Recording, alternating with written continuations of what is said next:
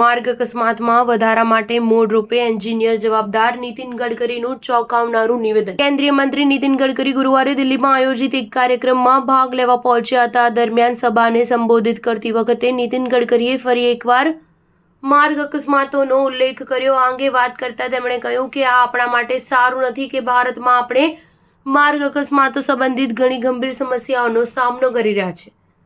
દર વર્ષે આપણી પાસે 4,80,000 માર્ગ અકસ્માતો અને 1,80,000 મૃત્યુ થાય છે, જે કદાચ વિશ્વમાં સૌથી વધુ છે।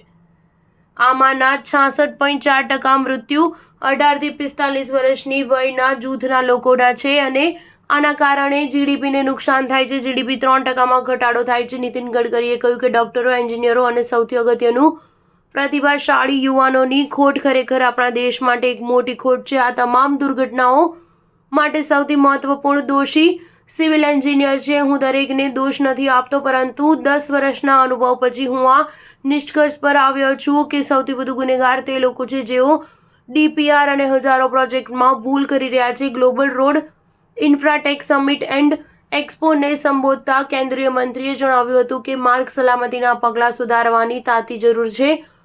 દેશમાં મોટાભાગના માર્ગ અકસ્માતો લોકોની નાની ભૂલો, ખામીયુક્ત ડીપીઆરને કારણે થાય છે અને તેના માટે કોઈને જવાબદાર ઠેરવવામાં આવતું નથી। નીતિન ગડકરીએ માર્ગ બાંધકામ ઉદ્યોગને નવી તકનીકો અને રિસાયકલ કરી શકાય તેવા બાંધકામ સામગ્રી અપનાવીને માર્ગ સલામતી વધારવા માટેની વ્યૂહરચના વિકસાવવા કહ્યું હતું। કેન્દ્રીય મંત્રીએ કહ્યું, ભારતમાં રસ્તાઓ પર સાઇન પોસ્ટ અને માર્કિંગ સિસ્ટમ જેવી નાની વસ્તુઓ પણ ખૂબ ખરાબ છે।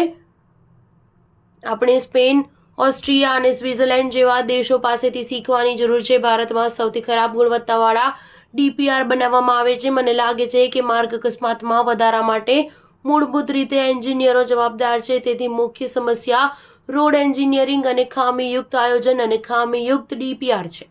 સ્ટાર ન્યૂઝ 7 હંમેશા સચ્ચાઈની સાથે।